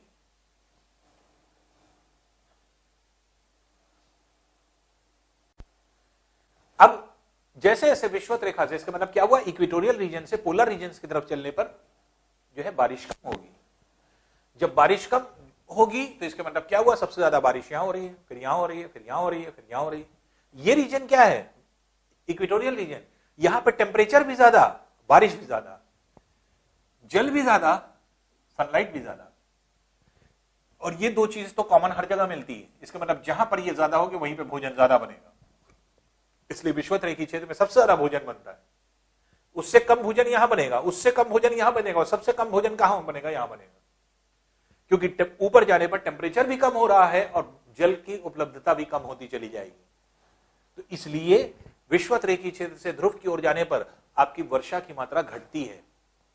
कितनी बार अगर आप सिविल सर्विसेज के एग्जामिनेशन में देख लीजिए तो डायरेक्ट इनडायरेक्ट फॉर्म में रेनफॉल ऑफ द वर्ल्ड से कंसर्निंग बहुत सारे क्वेश्चंस आते हैं। और ये क्वेश्चंस कैसे होते हैं या किस तरह से होते हैं, यही हम लोगों को देखना होता है। बहुत आसान होते हैं, उनको कैसे निकाला जाता है, बहुत सिंपल होते हैं। अब जो सिविल सर्विसेज में आते हैं उन्हीं से छन करके क्वेश्चंस प्रोविंशियल सर्विसेज में आने लगते हैं, पीसीएस में। तो प्रोविंशियल सिविल सर्विसेज में जब आते हैं वही क्वेश्चंस आपके एक तरह से सही होकर के या और छोटे होकर के आपके वनडे एग्जामिनेशंस में पूछे जाने लगते हैं। कई बार ये पूछा जा चुका। अब जैसे जो है आपके वर्ल्ड के रिस्पेक्ट में अगर कहा जाए, वर्ल्ड के निम्न में से किस देश में सर्वाधिक वर्षा होती है। अब सर्वाधिक वर्षा की जब हम बात कर रहे हैं और कंट्री की बात कर रहे हैं, तो उसमें क्या है, कई बार ये क्वेश्चन आ चुका। जैसे एक बार ऑप्शन क्या आया था, कनाडा, रशिया, ऑस्ट्रेलिया और नाइजर। तो इक्वेटर के नजदीक कौन है? नाइजर है, उसमें ज्यादा होगा। तो इक्वेटर के नजदीक देखना होता है। फिर क्या आया, फिर इसी क्वेश्चन को दिया गया, उसी का रूप आया, दूसरी तरीके से आया, और यही चीज पीसीएस में जब आया तो और आसान हो गया। तो और आसान इस तरह से हो गया कि निम्न में से किस जगह पर या किस जो है रीजन में जो है वर्षा ज्यादा होती है। और उस समय जब आया तो उसमें यूएसए दिया था, फ्रांस दिया था, रशिया दिया था और एक इंडोनेशिया दिया था। कहां आप लगाएंगे? यहीं पे लगाएंगे। यही क्वेश्चन अब इसी कॉन्सेप्ट पर देखिए, क्योंकि कर्क रेखा और मकर रेखा के बीच में हमेशा सूर्य की लंबवत किरणें होती हैं। क्वेश्चन क्या आया सिविल सर्विसेज में, यूपीएससी में अगर देखा जाएंगे, अगर आप पेपर सॉल्व करेंगे तो आपको मिलेगा कि निम्न में से किस स्थान पर सूर्य की लंबवत किरणें कभी नहीं पहुंचती। नॉर्मल रेज ऑफ द सन जो है वो कभी जो है नहीं पहुंचती। उसमें ऑप्शंस क्या दिए हुए थे? ऑप्शन दिया था अर्जेंटीना, न्यूजीलैंड, रशिया और वेस्ट इंडीज। तो कहां सूर्य की लंबवत किरणें पहुंचेंगी? ऑप्शन हो जाएगा कहां? West Indies. अगर कहेगा कि नहीं पहुंचेंगी तो 3 रीजन आपके जो है इसके दिए जाएंगे और एक बाहर का दे दिया जाएगा। जैसे 2 बार ये प्रश्न आ चुका।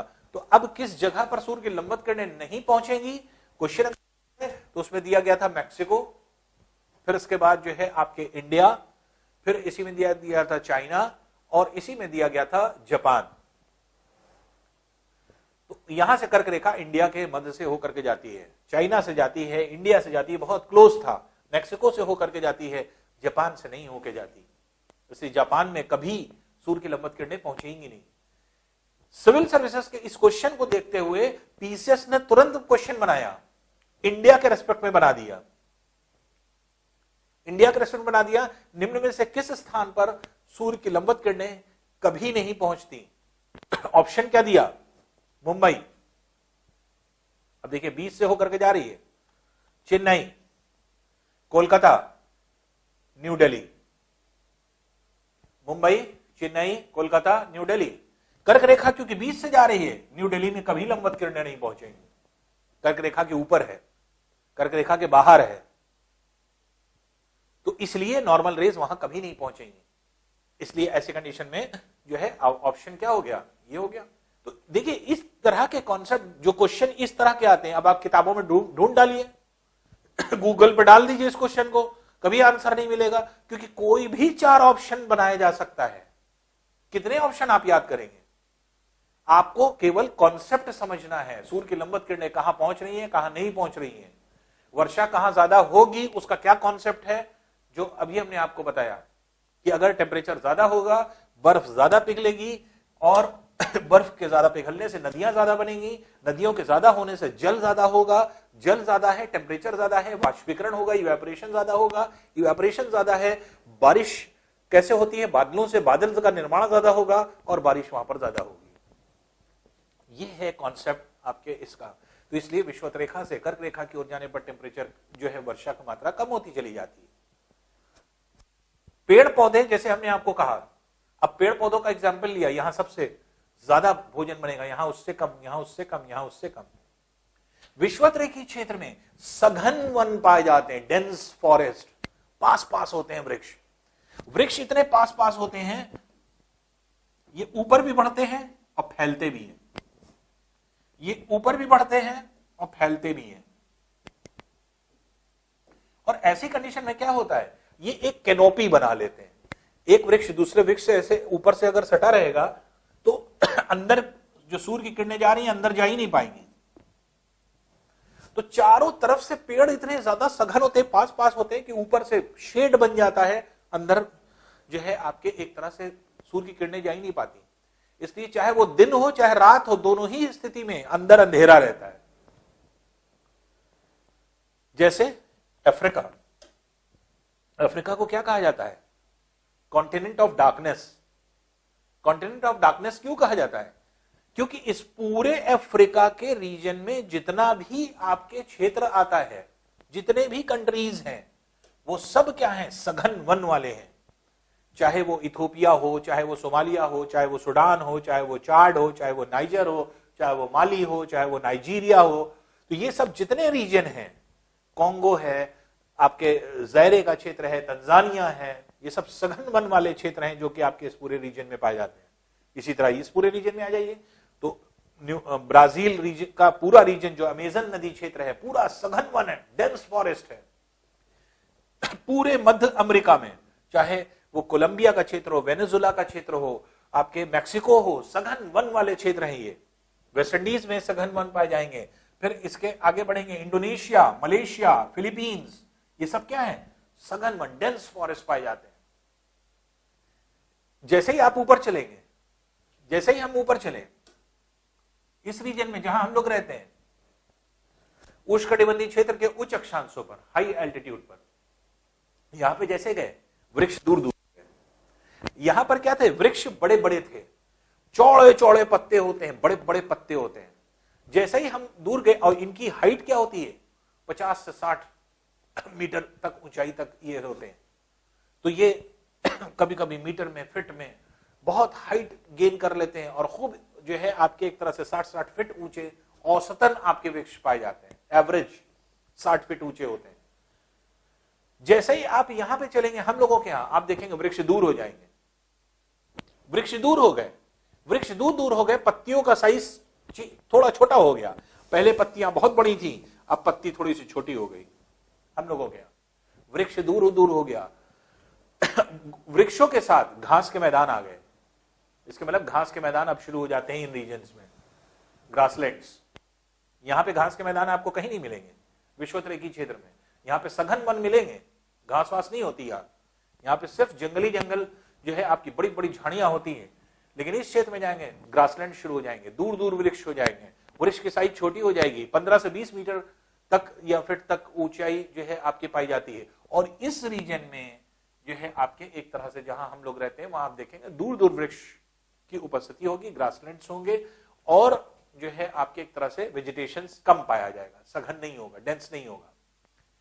इन रीजन्स में चले जाएं, ठंडे प्रदेशों में, इन क्षेत्रों में क्या हो जाएगा? इन क्षेत्रों में वनस्पतियां और छोटी हो जाती, 10 से 12 मीटर औसतन ऊंचाई हो जाती। अब पत्तियां क्या हो गई? बहुत पतली पतली, लंबी लंबी, ऐसे पत्तियां हो गई। पतली पतली पत्तियां, लंबी लंबी पत्तियां होती हैं, छोटे छोटे जो है आपके। और जो वृक्ष होते हैं वो ज्यादातर कोनिकल शेप में ऐसे होते हैं, ऊपर की तरफ बढ़ते हैं। क्यों? क्योंकि अधिकांशतः ये क्षेत्र ऐसे होते हैं जहां पे बहुत कम टेम्परेचर होता है। टेम्परेचर को पाने के लिए इसलिए भागते हैं ये ऊपर की तरफ, इसलिए कोनिफेरस वेजिटेशन होने लगते हैं ऐसी जगह पे, और जो ज्यादातर पर्वतीय क्षेत्र में, माउंटेनियस रीजन में होने लगते हैं। तो यहां पर क्या है? और ये वृक्ष क्या है? बहुत दूर दूर होने लगते हैं। यहां पे मुख्य रूप से घास के मैदान ज्यादा है, ग्रासलैंड्स। तो ये ग्रासलैंड्स होते हैं जहां पे दूर दूर वृक्ष जो है आपके पाए जाते हैं। और ये रीजन क्या होता है? यहां पे जो वनस्पतियां हैं ये जमीन पे आ जाती हैं शैवाल के रूप में, एल्गी के फॉर्म में। तो ये एल्गी के फॉर्म में जो है आपके वनस्पतियां आ गई। और ये वनस्पतियां इन क्षेत्रों में क्या होती हैं? ये एल्गी के फॉर्म में जो पत्तियां होती हैं ये फर के रूप में हो जाती हैं। तो ढेर सारे जो आपके वृक्ष होते हैं, जैसे लाइकेन है, मॉसेस है, फर्न है, ये सब जितने भी वृक्ष होते हैं, पेड़ होते हैं, ये सब क्या है? ये सब ऊपर पोलर रीजन्स में पाए जाते हैं। तो अधिकांश क्षेत्र हिम से ढका होता है, और वनस्पतियां भी अगर होंगी, वेजिटेशन होगा in the form of algae, तो ये एल्गी पाई जाएगी। तो वृक्ष आप देख रहे हैं छोटे होते चले जा रहे हैं, अपने आप दूर होते चले जा रहे हैं। जब सघन वन होगा तो यहां पर खूंखार जानवर होते हैं, गर्मी ज्यादा है, गर्म खून वाले जानवर होंगे, इसलिए यहां पर क्या है? शिकार ज्यादा होगा। इसलिए जितने भी ऐसे जानवर हैं जैसे शेर, चीता, तेंदुआ, टाइगर, लायन, लेपर्ड, ये सब जितने भी होते हैं ये सब इसी रीजन में पाए जाते हैं जो शिकार करते हैं। और ऊपर चलेंगे, इनकी कमी होने लगेगी। ऊपर के क्षेत्र में कहीं नहीं मिलेंगे लाइन वाइन। आप शीतोष्णकटिबंधीय क्षेत्र और उसमें चले जाएंगे, उष्णकटिबंधीय क्षेत्र तक सीमित रहेंगे। ऊपर चले जाएंगे, शांत जानवर ज्यादा मिलेंगे, हाथी हाथी मिलते चले जाएंगे। उसके बाद और ठंडे प्रदेश में आप जाएंगे, पोलर बियर्स होने लगते हैं, पेंगुइन है, सील्स है। तो जिनका जो है बहुत कोल्ड में रहते हैं, वो जो है आपके ठंडे प्रदेशों में रहने लगते हैं। तो जैसे पेड़ पौधे बदले, मौसम बदला, टेम्परेचर बदला, वर्षा की मात्रा बदली, उसने वृक्षों को बदला, वृक्षों ने जानवरों को बदल दिया, और इसी तरह से इंसान भी बदल जाते हैं। इंसान कैसे बदल जाते हैं? विषुवत-रेखीय क्षेत्र में आइए, इक्वेटोरियल रीजन में आपको एग्जाम्पल देते हैं। देखिए बहुत इंटरेस्टिंग फैक्ट है।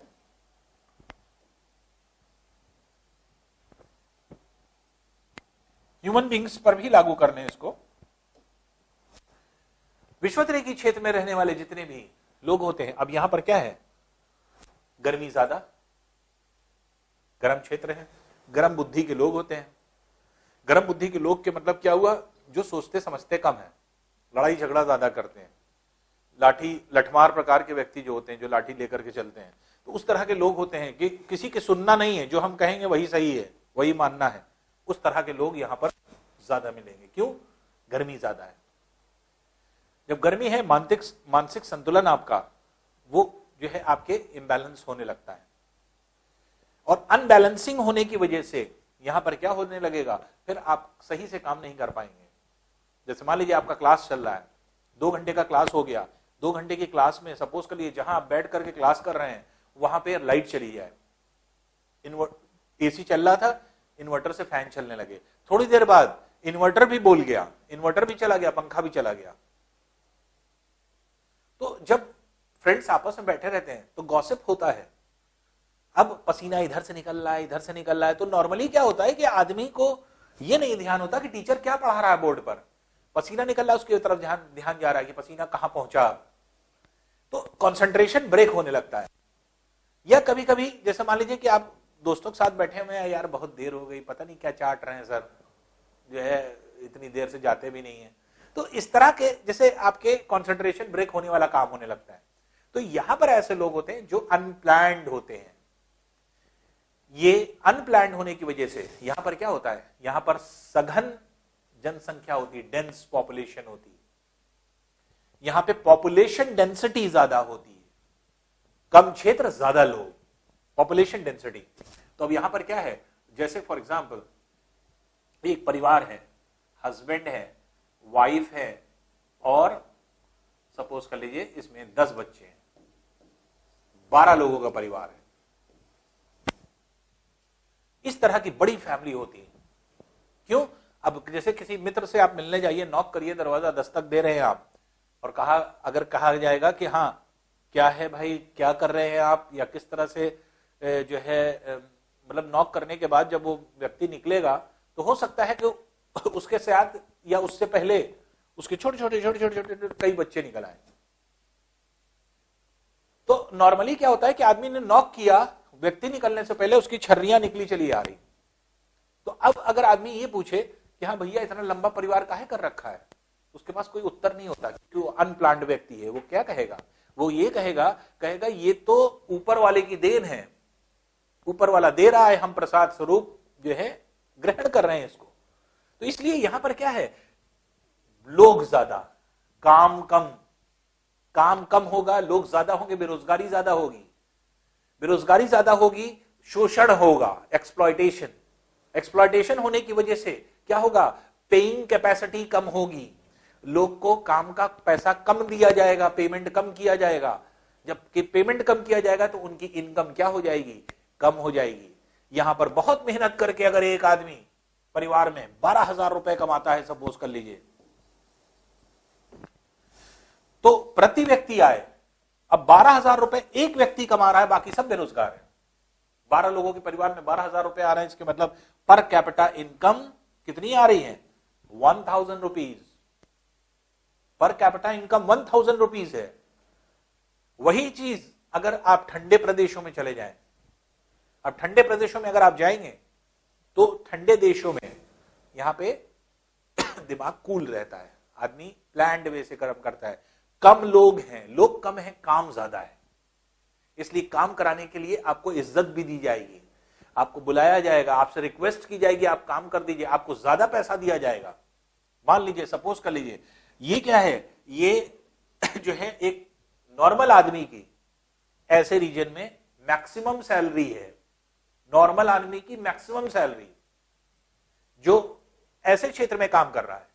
अब ठंडे प्रदेशों में पहुंचे, जो सबसे लोएस्ट सैलरी की बात अगर होगी वो होगी इससे दुगनी, लोएस्ट सैलरी की बात कर रहे हैं। परिवार क्या होगा, हस्बैंड है, वाइफ है, एक बच्चा है, 3 लोगों का परिवार।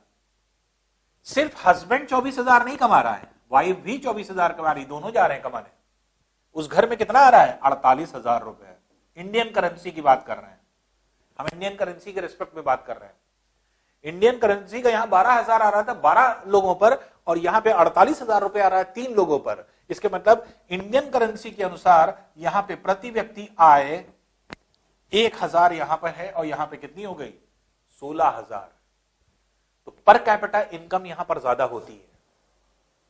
जब पर कैपिटा इनकम ज्यादा होगी, इनकम ज्यादा है, तो ऐसी कंडीशन में परचेजिंग पावर लोगों की बढ़ती है, लिविंग स्टैंडर्ड बढ़ता है, क्योंकि आप अपनी नेसेसिटी के साथ साथ एसेसरीज पर भी खर्च कर सकते हैं। क्यों, क्योंकि आपके पास सेविंग है। मान लीजिए, सपोज कर लीजिए, अब ये फैमिली है, इस फैमिली में 48,000 रुपए आ रहा है 3 लोगों पर, इंडियन करेंसी के अनुसार 48,000 है, और मान लीजिए कि ये तीनों लोग मिलकर के 28,000 भी खर्च कर देते हैं, तो 20,000 की सेविंग हो रही है। 20,000 इंडियन करेंसी का पर मंथ सेव हो रहा है अगर, तो एक साल में कितना सेव हो रहा है, 2,40,000 इंडियन करेंसी का। 2,40,000 रुपया एक साल में ये कर रहे हैं। अगर इनको दूसरा बच्चा पैदा करना होगा, तो हस्बैंड वाइफ के बीच में टॉक होती है, पार्ले होती है, और जब ये टॉक होती है तो ऐसी कंडीशन में क्या होता है, वो इस तरह से डिस्कस करते हैं कि अगर हमारा दूसरा बच्चा हुआ 18 साल की उम्र में पहुंचेगा, या 16 साल 18 साल की उम्र में पहुंचेगा, तो उसे ग्रेजुएशन में हमें बीटेक कराना होगा, हमें जो है आपके एमबीए कराना होगा, या कोई टेक्निकल कोर्स कराना होगा, एमबीबीएस कराना होगा। अभी एमबीबीएस की फीस मान लीजिए कि एक साल में 5 लाख रुपया लग रही है, उस समय मान लीजिए 10 लाख रुपया लगेगी, तो 10 लाख रुपया अगर साल लग रही है तो 5 साल की 50 लाख रुपया लगेगी। क्या 50 लाख रुपए हम सेव कर पाएंगे? अगर वो 50 लाख रुपया सेव करेंगे तभी वो दूसरा बच्चा पैदा करेंगे, नहीं तो नहीं करेंगे। ये होती है प्लानिंग, और नहीं तो वो एक ही बच्चे से काम चलाएंगे। तो ये क्या है, ये एक तरह से आपके ठंडे प्रदेश में रहने वाले लोगों की जो है मानसिक कंडीशन, जो चीजों को जो है आपके देखते हैं। पर कैपिटा इनकम विश्वतरेखी क्षेत्र में रहने वाले लोगों की बहुत कम होती है और ठंडे प्रदेशों में अधिक होती है। अब पर कैपिटा इनकम पर जब प्रश्न आता है, आपको लगता है, जैसे सिविल सर्विसेज में कई बार ये प्रश्न आ चुका, हर आदमी को लगता है जैसे इकोनॉमिक्स का ये प्रश्न है, इकोनॉमिक्स बेस पर ये क्वेश्चन नहीं बनाया गया, ये कॉन्सेप्चुअल क्वेश्चन है जो आपको दिया जाता है, इसी ज्योग्राफी के इस फंडा पे प्रश्न दिया जाता है। जैसे क्वेश्चन आ चुका है ये कि निम्न में से किस जगह पर प्रति व्यक्ति आय सबसे ज्यादा है, पर कैपिटा इनकम। दिया गया ब्राजील ऑप्शन, दिया गया तंजानिया, दिया गया ऑस्ट्रेलिया, दिया गया रशिया। अब आपको यह देखना है कि विषुवत रेखा से सर्वाधिक दूरी पर कौन है, उस कॉन्सेप्ट पर यह प्रश्न बनाया जा रहा है। कॉन्सेप्ट समझिए, कितने देशों की पर कैपिटा इनकम आप याद करेंगे, क्या इसलिए बनाया गया है? जब प्रश्न आता है आप लोग ढूंढने लगते हैं किस देश की पर कैपिटा इनकम कितनी है, इसकी इतनी, इसकी इतनी, इसकी इतनी, इसकी इतनी, 4 में से ये सबसे कम, यही आंसर हुआ। ये नहीं सोचते कि क्या सोच करके प्रश्न बनाया गया है, ये नहीं सोच रहे, बस रट रहे हैं चीजों को कि हाँ सबसे कम यहां होगी। विश्व में सबसे सघन वन कहां पाए जाते हैं, कितनी बार प्रश्न आ चुका, पर क्वेश्चन पेपर्स पलटिए, सिविल में पूछा जाता है, पीसे से पूछा जाता है, वनडे एग्जामिनेशन में छाया रहता है प्रश्न, निम्न में से किस देश में सर्वाधिक सघन जो है वन पाए जाते हैं। अब वन के लिए प्रश्न आता है, यूएसए पहला ऑप्शन, दूसरा ऑप्शन रशिया, तीसरा ऑस्ट्रेलिया, चौथा ब्राजील। विषुवत रेखा के नजदीक, विषुवत रेखा यहां से 20 से होकर के जा रही, सघन वन ब्राजील। कितनी बार ये प्रश्न आ चुका, एक बार आया, ऑप्शन क्या दिया, USA, France, Japan, Tanzania. Tanzania में विश्व के सर्वाधिक सघन वन पाए जाते हैं। तो तंजानिया है, केनिया है, ब्राजील है, इंडोनेशिया है, मलेशिया है, ये सब ऐसे क्षेत्र हैं जहां पे बहुत सघन वन पाए जाते हैं, डेंस फॉरेस्ट होते हैं। तो ये जितने भी आप रीजन देखते हैं, ये आप देखेंगे ये सब डेंस फॉरेस्ट वाले रीजन हैं। यहाँ पे जो ग्रीन कलर आप देख रहे हैं, ग्रीन कलर वाले रीजन जो होते हैं ये डेंस फॉरेस्ट के क्षेत्र हैं जो कि आपके यहां पर मिलते हैं। ब्राउनिश कलर आपको दिखाई पड़ता है माउंटेनियस रीजन की वजह से, ये माउंटेन्स हैं जिसकी वजह से वहां पर क्या है, वेजिटेशन इतने सघन नहीं होते। तो ये जो क्षेत्र है, तो नॉर्मली क्या है कि इस पूरे क्षेत्र में अगर आप देखेंगे तो आपके वन जो होते हैं या फॉरेस्ट जो होते हैं बहुत डेंस पाए जाते हैं। तो किसी भी जगह पर कैपिटा इनकम का अगर कोई प्रश्न आ गया, मान लीजिए पर कैपिटा इनकम पे अगर हम प्रश्न पूछ रहे हैं और कंट्रीज में ही पूछ दिया पर कैपिटा इनकम निम्न में से किस देश की कौन सी, हमें नहीं पता, हम अपने से बना रहे हैं प्रश्न, हमें नहीं पता। क्वेश्चन हमने बनाया अर्जेंटीना, ऑस्ट्रेलिया,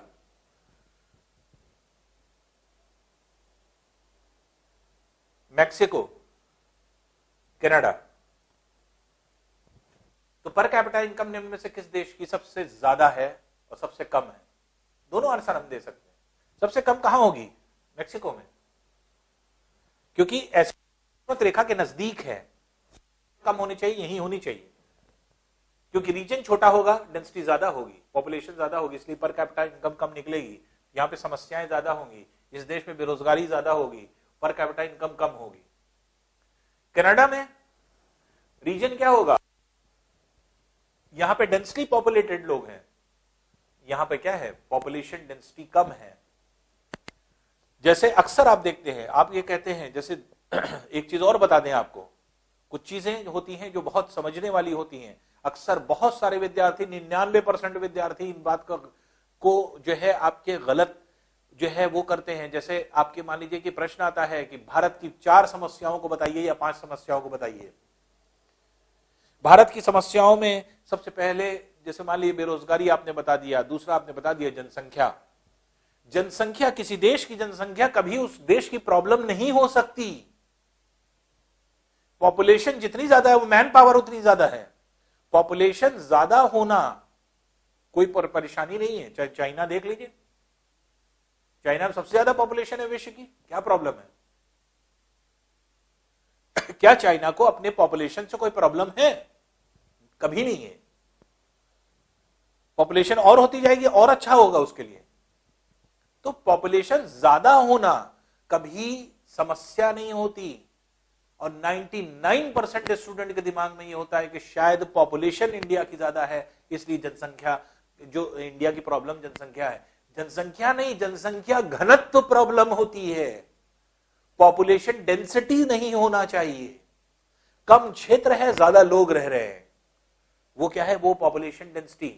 जहां विस्फोटक प्रकार के एक्सप्लोजिव टाइप जो है आपके एक तरह से पॉपुलेशन होती है, जहां पे बहुत ज्यादा पॉपुलेशन होती है और छोटा सा क्षेत्र होता है।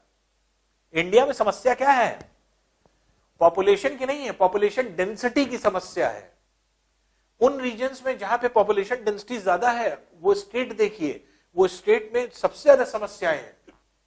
उत्तर प्रदेश देख लीजिए, महाराष्ट्र देख लीजिए, बिहार देख लीजिए, पश्चिम बंगाल देख लीजिए, ये रीजन्स हैं जहां पर समस्याएं मिलती हैं। तो पॉपुलेशन डेंसिटी अगर कहा जाए तो पॉपुलेशन जो है आपके एक तरह से समस्या नहीं, पॉपुलेशन डेंसिटी समस्या होती है। और ये सारी चीजें किससे जुड़ी हैं? ये सब जो है आपके सिर्फ एनर्जी से।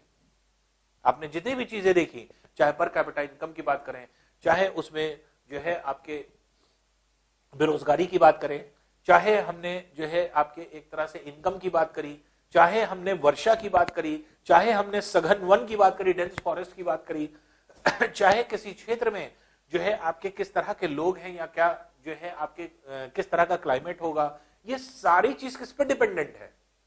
सूर्य से आने वाली ऊर्जा। और ये कॉन्सेप्ट अगर आप जान जाएंगे और कॉन्सेप्चुअली ज्योग्राफी को पढ़ने की कोशिश करेंगे तो ज्योग्राफी में कभी कोई जो है आपके प्रॉब्लम नहीं। ज्योग्राफी बहुत आसान सब्जेक्ट है, बहुत इंटरेस्टिंग सब्जेक्ट है। आज सिर्फ हमने एक छोटा सा आपको एक झलक दिखाई है। देखिए ज्योग्राफी क्या है, ये क्या है, पूरा कॉन्सेप्चुअल आपने देखा होगा, पूरी साइंस है। हर चीज हमने साइंस से कोरिलेट करके बताई, एनर्जी से वर्क को बताया। तो जितने प्रकार के वर्क हो रहे हैं वो सब किसकी वजह से हो रहे हैं, एनर्जी से हो रहे हैं। तो अब हो क्या रहा है कि जिस जगह पर ज्यादा एनर्जी है वहां पर ज्यादा वर्क हो रहा है। अब वो पॉजिटिव वर्क भी हो सकता है, नेगेटिव भी वर्क हो सकता है, दोनों तरह के वर्क हो रहे हैं। दोनों वर्क को हमने डिस्कस भी किया, पॉजिटिव को भी किया, नेगेटिव वर्क को भी किया। तो जैसे ह्यूमन के केस में नेगेटिव वर्क हो रहा था, जनसंख्या बुद्धि ज्यादा गर्म थी, तो वहां पर क्या है, जनसंख्या जबरदस्ती बढ़ती चली जा रही है। तो पॉजिटिव नेगेटिव दोनों जो है वर्क हो रहा है। तो किसकी वजह से, एनर्जी की वजह से। तो देखिए ज्योग्राफी एक ऐसा सब्जेक्ट है जिसको अगर आप एनालिसिस करें, आप अगर समझने की कोशिश करें तो बहुत ही आसान सब्जेक्ट। और इसीलिए मेंस में जो विद्यार्थी जो है आपके एक तरह से इस कॉन्सेप्ट से पढ़ करके इन चीजों को लिखते हैं, जब आप हमसे पढ़ेंगे आप देखेंगे कि एक एक चीज, एक एक टॉपिक को जब हम साइंस से कोरिलेट करके आपको पढ़ाएंगे तो आप देखिएगा कि कैसे ज्योग्राफी कितनी आसान लगती है। अगर साइंस का टीचर नहीं है तो वो कैसे ज्योग्राफी पढ़ा रहा है ये हम आज तक नहीं समझ पाए। पता नहीं कितने पढ़ाने वाले टीचर्स ऐसे हैं जो आर्ट्स बैकग्राउंड के और ज्योग्राफी पढ़ा रहे हैं, हमको नहीं समझ में आता कि ज्योग्राफी वो कैसे पढ़ा रहे हैं। मेरे हिसाब से साइंस न जानने वाला व्यक्ति कभी ज्योग्राफी नहीं पढ़ा सकता। वो तो आपको फैक्ट याद करा रहा है, खाली फैक्ट याद करने से कुछ नहीं होता। और चाहे जितना अच्छा कॉन्सेप्ट आप ले लीजिए, आर्ट्स बैकग्राउंड का व्यक्ति इतना अच्छा कॉन्सेप्ट नहीं बना पाएगा, क्योंकि ये पूरा साइंटिफिक बैकग्राउंड का सब्जेक्ट है। और ये इसके अंदर इस सब्जेक्ट में कुछ भी नहीं लर्न करना, एक सिंगल चीज नहीं लर्न करना, सारी चीज कॉन्सेप्चुअल आती है। और वही चीज हमने शो करने की कोशिश करी है। तो आज की लेक्चर में जो थर्ड पार्ट था हम लोगों का वो इंट्रो का, वो अब यहाँ पे समाप्त होता है। और कोशिश ये रहेगी कि आपसे आगे भी छोटे छोटे टॉपिक्स के जरिए हम मिलेंगे। और हम लोगों का जो नया बैच स्टार्ट होगा उस बैच में अगर आप एडमिशन लेते हैं तो आगे फर्दर जो है हम लोग इसी को आगे कंटिन्यू रखेंगे। Okay, thank you.